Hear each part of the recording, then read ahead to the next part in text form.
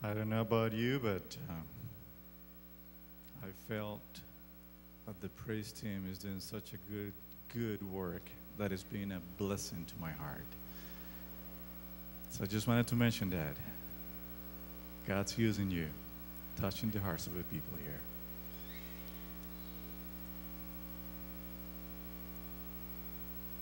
I'd like to know if anybody knows how long have we been talking about revival and reformation this year? Month and a half? Not long enough? That's a good one. Anybody else? As far as I remember, yes, Connie. We started in February. So it's been 3 months talking about revival and reformation. And I say, praise the Lord. We do need revival, and we need reformation as well. And last week was supposed to be the last topic. But then the Lord impressed otherwise. And we'll continue talking about revival today, about reformation, in the light of last day events. Now, my quest for today is this, and I hope you can help me out on this. We've spent 3 months talking about revival based on one single verse. 2 Chronicles chapter 7, verse 14. Today, if you allow me to, we're going to talk about revival and reformation in the book of Daniel and Revelation. So if you give me 5 hours, we'll go through those 2 books and we'll find out what it says about revival and reformation. Are we okay?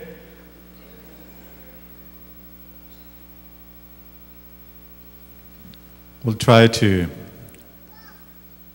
touch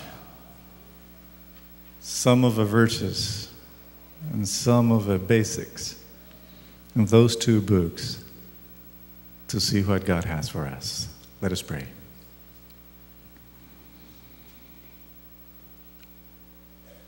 Our gracious Father,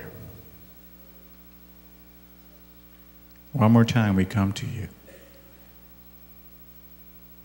needing your presence,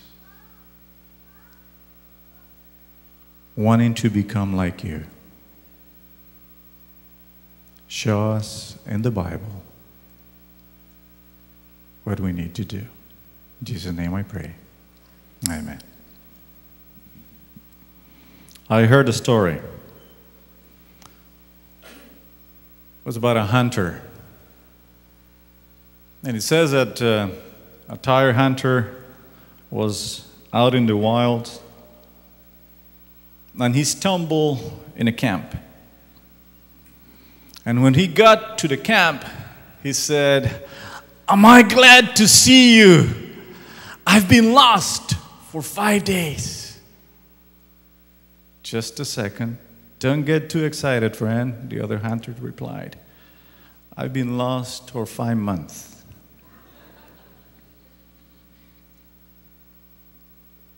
Being lost in the Bible. Have you ever felt like that before? Have you? I have. Say in the book of Daniel, the book of Revelation. Did you know that the Protestant reformers back in the 16th century, they wouldn't even have anything to do with the book of Revelation? Once, John Calvin was asked if he could write a commentary in the book of Revelation, and he said, "No way." Martin Luther said it publicly 2 times. Revelation has nothing to do with Christ.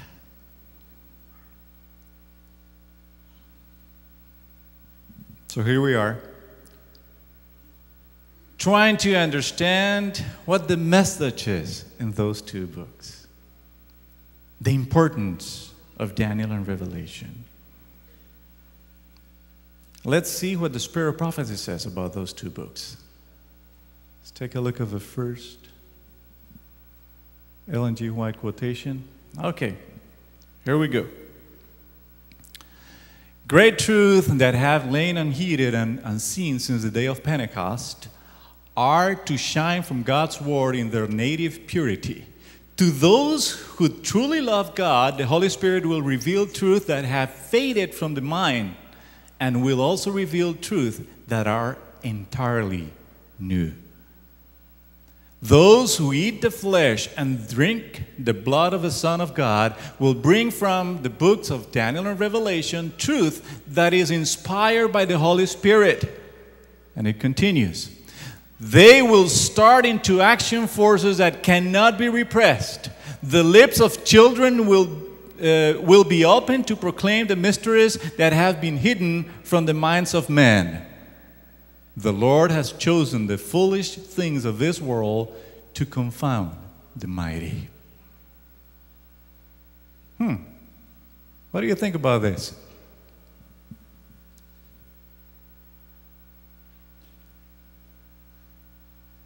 Did you really understand what Ellen G. White said here? Did you really grasp what the Spirit of Prophecy is saying here? Let me see if we understand. According to what we just read, since Pentecost, Christians have not heeded great truth. Since Pentecost, great truth has been somewhere else. But now, in the final days, they will come to light. Also says that such truth, not all of them, but some of them, will be entirely new truth. Hear that?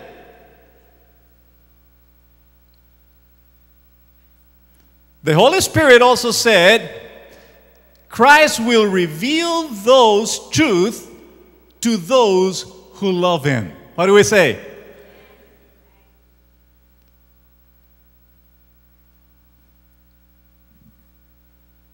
Even the children will proclaim those truths. For me, that's powerful. Because something's got to happen. Something's got to happen when the book of Daniel and Revelation are understood the right way. Let's take a look at what the Spirit of Prophecy says again. When the books of Daniel and Revelation are better understood, believers will have an entirely different religious experience.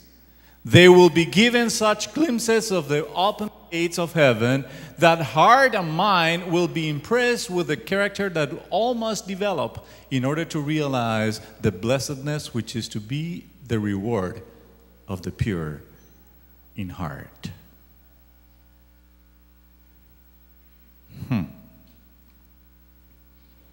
Let's see if I put these two paragraphs together. I'll say, entirely new truth will lead to an entirely new religious experience. My question is, isn't that what we need?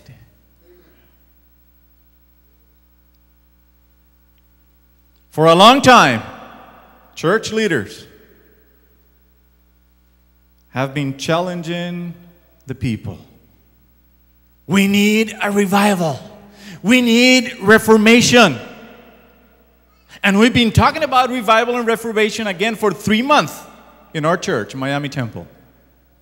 But sometimes what I see happening consists of working on becoming revived and reformed. Did you hear that? Working on becoming revived and reformed. So this is what we usually do. We make 2 lists. To-do list and to avoid list. That's what we usually do. Qualities we want to receive and things we need to give up. So the idea is to see after 1, 2, 3 months if there is a spiritual progress. Most of the time, I'm not saying always, but most of the time, what we often see is defeat instead of victory. It happened to me.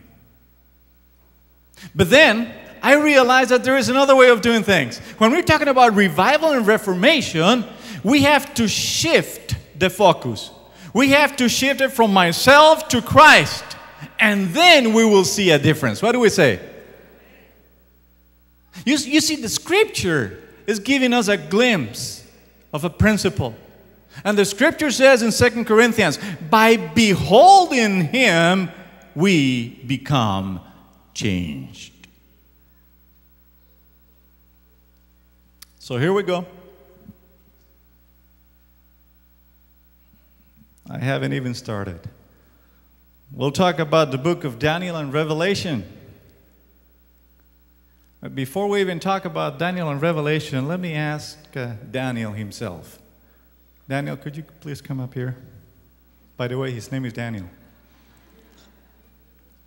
For real. Daniel,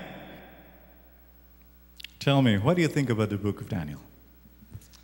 I read through it. I don't understand much of it. I like the story of Daniel and everything. But when it comes to the part about the beast or the monsters, I don't understand anything that's in it. That's all I know. I mean, really, it's a good story, the fire furnace and everything, but it's not much. Great. Thank you, Daniel. Appreciate it. Hey, you feel the same way? Mm-hmm. So let us look into the book of Daniel. First of all, the author, Daniel. I notice that there is a parallel between Daniel and David. I don't know if you've noticed that before, but both of them worked with royalty when they were young. Mm-hmm. Both of them knew God. Both of them became prophets, David as well. And both looked beyond external circumstances to God. A giant faced Daniel and mocked him just as verily as Goliath did to David. You keep praying to God, and to the lions you got. That's exactly what the king said. And Daniel knew exactly what it meant. Let's take a look at the first verse, Daniel chapter 6, and verse 10. Daniel 6 and verse 10. Now, when Daniel learned that the decree had been published, he went home to his upper room where the windows opened toward Jerusalem. 3 times a day he got down on his knees and prayed, giving thanks to his God, just as he had done before. Daniel 6:10. Got a question for you. When did Daniel do that? Where was it? Okay. After the decree had been given. You remember that? Yeah.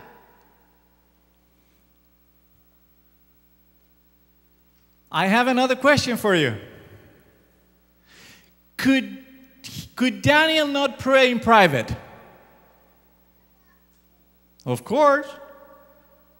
Why couldn't he wait and pray 3, 4, 5 times, as many times a day, but for himself? Not with the windows open so that everybody could see him. Why would he still do that? He could only wait for 30 days. That was it. But you know what I found out? If he would have done that, he would be given in partially to the giant. So guess what he did? The Bible says that he flung wide his window and prayed without any fear. And I say, praise God for that. Because when the guards came and they threw the prophet to the lions, the Bible says that Christ's angels shut their mouth. Praise the Lord again. Because God delivered him just as publicly as his prayer commitment to God.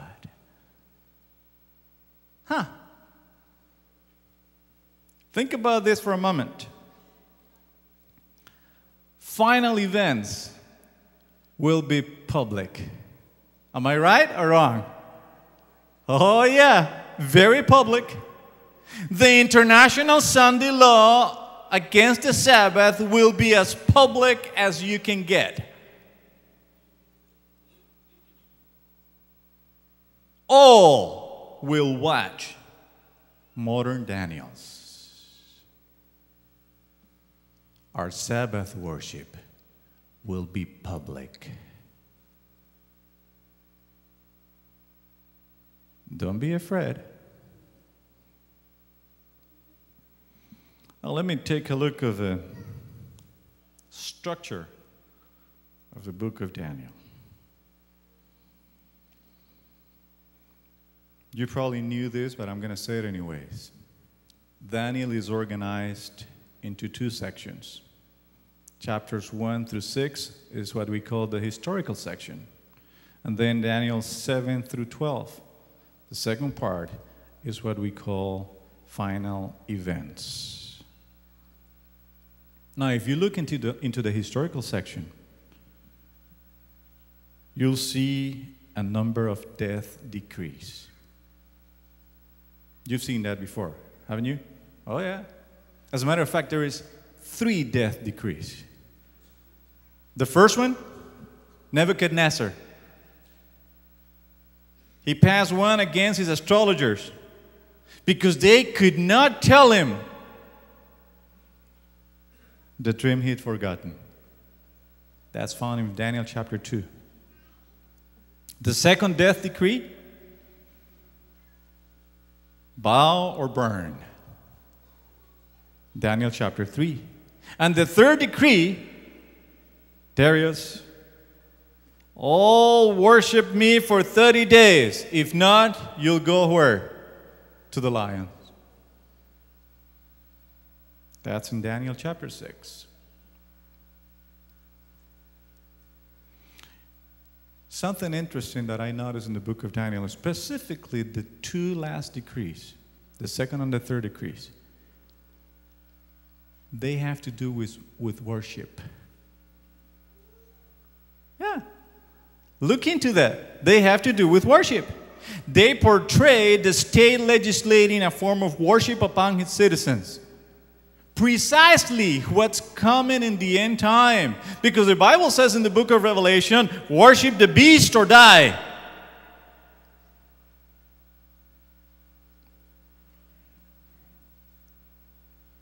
Question. How many people died in those 3 death decrees? Give me the exact number. Excellent. If you read the Bible and you see the book of Daniel, you'll realize that there is good news because none of the death decrees brought death to any of God's people. Praise God. So I'm going to say this. In the end time, if there is a death decree, we will see that none of God's people will suffer from it.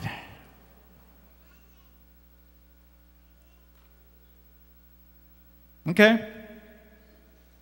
We got the author, structure. How about a theme? What would be a good theme for the book of Daniel? Did you say deliverance? You were right. Deliverance. I believe it holds the book together. In each one of us death decrees, God provided deliverance. What's more important is that the historical deliverances move through the book pointing to an eschatological deliverance in the end time.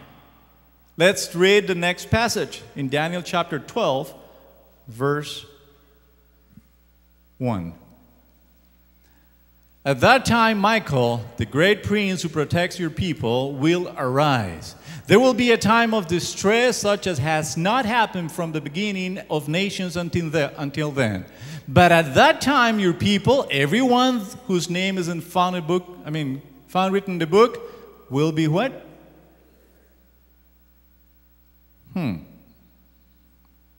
Will be delivered. So I like to say this.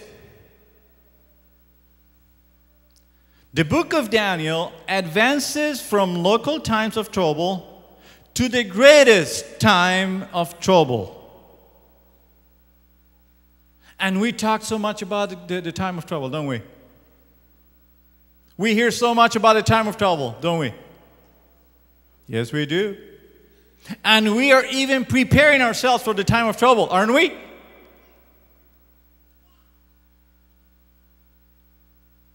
My concern is that we talk so much about the time of trouble that we forget the greatest deliverance of all. Because talking about the time of trouble doesn't help much. But talking about God is with us and God will deliver us will help us a lot. I say amen.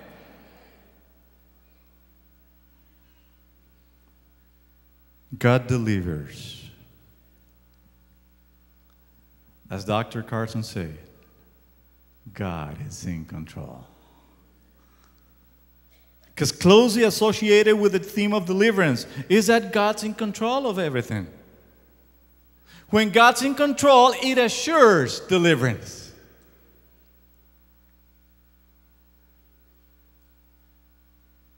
The book of Daniel says that God sets up kings and deposes them.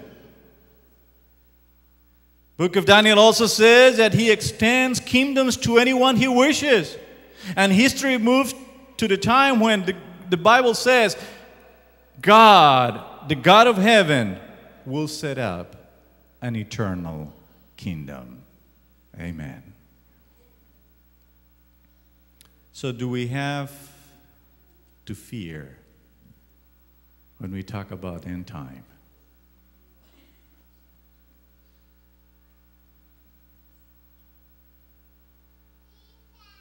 Most of the time, we hear those beasts. We hear death decrees. We hear such an ugly spectrum that we get scared. But the Bible says that we should not be fearful at the end time. Even in the book of Daniel, it says so. Let's look in Daniel chapter 3, verses 16 and 17. Daniel chapter 3, verses 16 and 17. Shadrach, Meshach, and Abednego replied to him, King Nebuchadnezzar, we do not need to defend ourselves before you in this matter.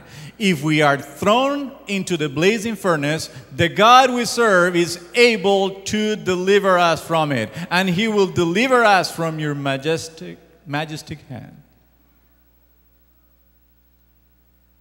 Who will deliver? God. So listen to this. The Bible says that even in the end time, even with whatever decree there is, God will deliver his people. God will be with his people. So there is nothing to fear because God's in control, because God will be the one taking care of your life and mine too. So I say this, when you look in the book of Daniel and you see the perspective on the power of Christ, it has to bring an entirely new religious experience because we know who God is. Now let's look into the book of Revelation. Hector, could you please come up here, man?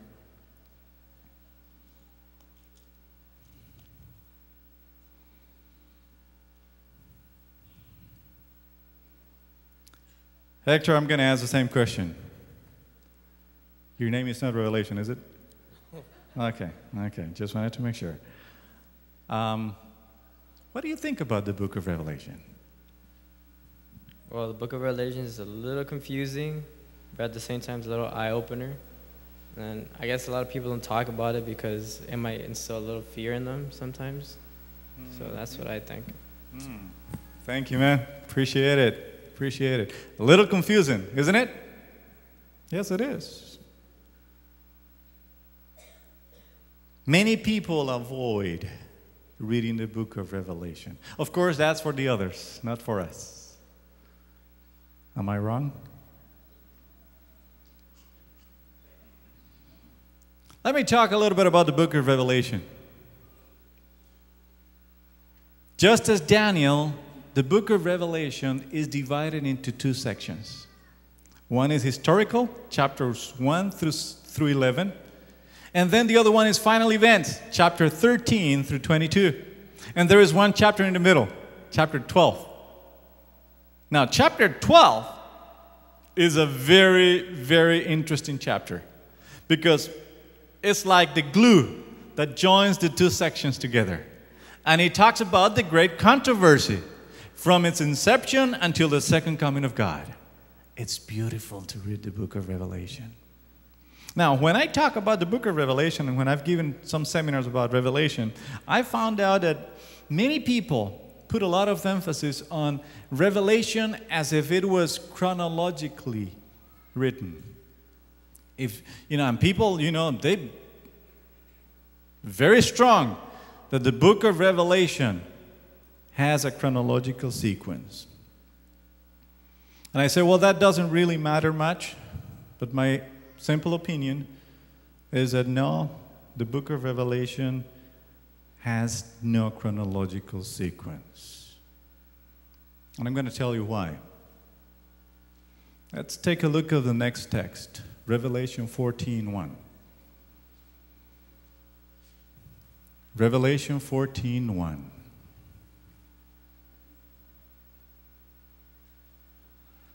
And it says, "Then I looked, and there before me was the Lamb, standing on Mount Zion, and with him 144,000, who had his name and his Father's name written on their foreheads." You've read this before, right? You know this passage, don't you? Of course. It's a very well-known passage, especially within the Seventh-day Adventist community. It's talking about who? About who? The 144,000. Yeah. And we know so much about them that we don't know anything about them. Now, for those who still believe that Revelation has a chronological sequence, I'm going to tell you why not, with two simple texts. The first one is right here. Was right there. Revelation 14:1. It says that the 144,000 are on Mount Zion with the Lamb, and it is before the three angels' message has been given. Did you notice that? That means that we see the 144,000 in the millennium and in New Earth before the giving of the end time message. How about that? And guess what? They're in Mount Zion in verse 1, and the second coming of God still not in process up until that point. So what I'm saying is this. It's not that the Bible has an error. It's not that there is a mistake. It's not that they've forgotten. No. It's just that chronological sequence is not as important as understanding the message and the context of it. Let me give you another example. Revelation 13:3. Next text, please. One of the heads of the beast seemed to have had a fatal wound. But the fatal wound had been what? healed, and the whole world was filled with wonder, followed the beast. Let's understand the passage here. It states that all the world will wonder after the beast. Now, if you keep reading in verses 5 through 8 of the same chapter, you'll find out that it's talking about the 42-month persecution under the beast. Follow me now. It talks about all the world wonder under the beast. And then he talks about the 42-month. Now, the 42-month is the same period as the 1,260 days, right? Now, according to Revelation chapter 12 and verse 6, that period of time is being placed in the past, not the future. If you know the Bible and if you know Numbers, you'll see that this same period is the same as Daniel chapter 7 verse 25. Time, times, and half a time. And who knows the dates? I do. 538 through 1798. So my point is this. Here we see three ways of describing the same past persecution. And John in chapter 13 verse 3 presents a past persecution, because it already happened. It ended in 1998. It ended in 1988. And John presents that past persecution after one yet future. So Revelation is not always chronological. It doesn't mean Revelation is not chronological at all. Revelation doesn't have a sequence that you can say this has to be like this, because there are some times in which it is presented before or after. Remember, getting the message, it was important. So let's talk a little bit more about the book of Revelation. I firmly and truly believe that the Holy Spirit guided the structure of this book. Let me tell you why. As you see the book of Revelation, I believe the Holy Spirit led John to write the visions in a sequence that matched a walk through the sanctuary. How about that? Remember the sanctuary? Yeah? Anybody can tell me the three different parts? Courtyard, holy place, and most holy place. So I say, the walk through the sanctuary in heaven begins on earth, in the courtyard. Yeah. Because there we find Jesus' picture with the seven churches in Revelation chapter 1. Then we enter the heavenly sanctuary and witness the inauguration of Christ into his heavenly sanctuary ministry in Revelation chapter 4 and chapter 5. But it doesn't stop there. Next, we follow Christ into his intercession in the holy place, chapter 8. But what's more important,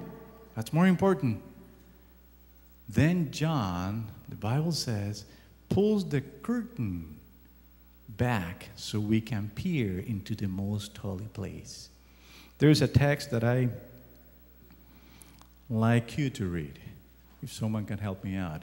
The book of Revelation, chapter 11, verse 19, Revelation chapter 11, verse 19. If you're ready, please stand up and help us out. 11:19. Anybody? Okay, I'll read it for you. Oh, she has it there. Good. You're good at it, Karen. Thanks. And the temple of God was open in heaven, and there was seen in his temple the what? The ark of his testament. Some other version says the ark of covenant. Now, this is precisely where the historical section of the book ends. And we see the end of the first ministry of Jesus in the heavenly sanctuary. And this is precisely where we see a separation or division. And we see into the second apartment of the sanctuary of Christ. Because if you remember, the Ark of Covenant was located where? In the most holy place. Isn't that beautiful? Isn't that beautiful?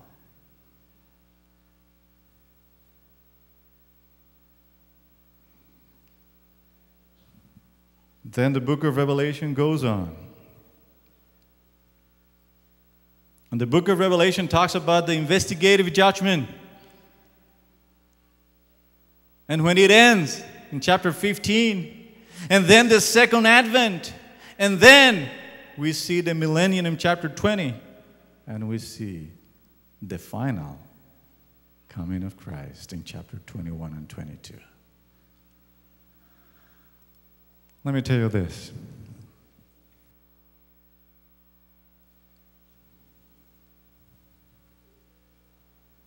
According to my watch, we still got about 4 hours and a half.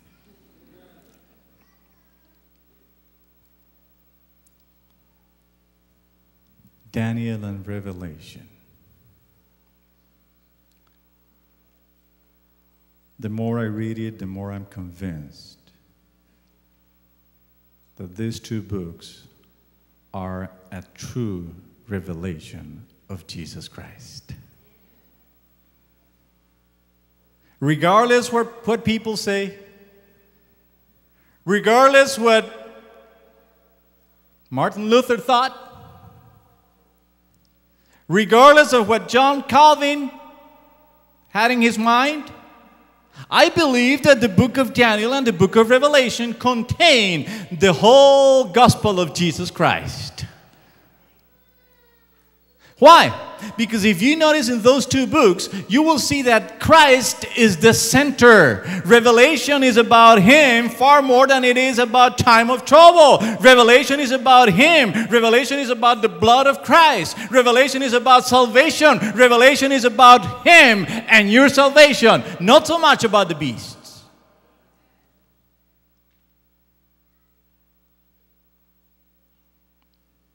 And if you read the book of Revelation, keeping in mind that the structure is similar to the sanctuary, then you'll see the real purpose of the book of Revelation, to show us that there is a mediator and a Savior called Jesus. I read an illustration.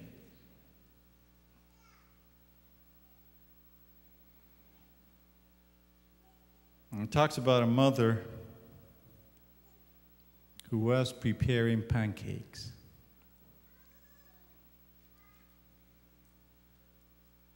She had 2 sons. By the way, children's choir, A+. Praise the Lord. So here is Kevin, 8 years old, and Ryan, 5 years old. They started smelling pancakes. So they started arguing over who would get the first pancake. A mother saw a good opportunity to teach him a moral lesson. So mom comes and says, if Jesus was sitting here, he would say, let my brother be the first. Jesus would even say, Mom, I can wait. So Kevin turned to his younger brother and said, Ryan, here is your only chance to be like Jesus.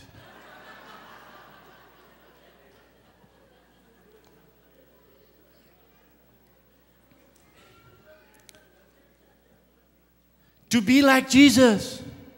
You know, we've been talking about revival. We've been talking about reformation. We've been encouraging you to read this precious book, Revive Us Again, by Mark Finley. 40 Days of Prayer. Many of you have bought those books, but some of you have not yet. As a matter of fact, there will be people out there waiting for you to get this precious book. Okay? There is only a donation of $1. Donation, I said, right? We're not selling anything here. Read the book. Read the book. It's good. To be like Jesus. To be like Jesus, that's exactly what we need to do. That's exactly the purpose of the book of Daniel and the book of Revelation. To be like Jesus, to have a reformation, to have a revival, and that only happens when we are like Jesus. So here we have a chance to be like Jesus. Here we have the best chance to be like Jesus. Read the Bible, talk to Jesus, ask for His blood to cover you, and make sure that He's in control of your life. Then you will see that this is Daniel and Revelation.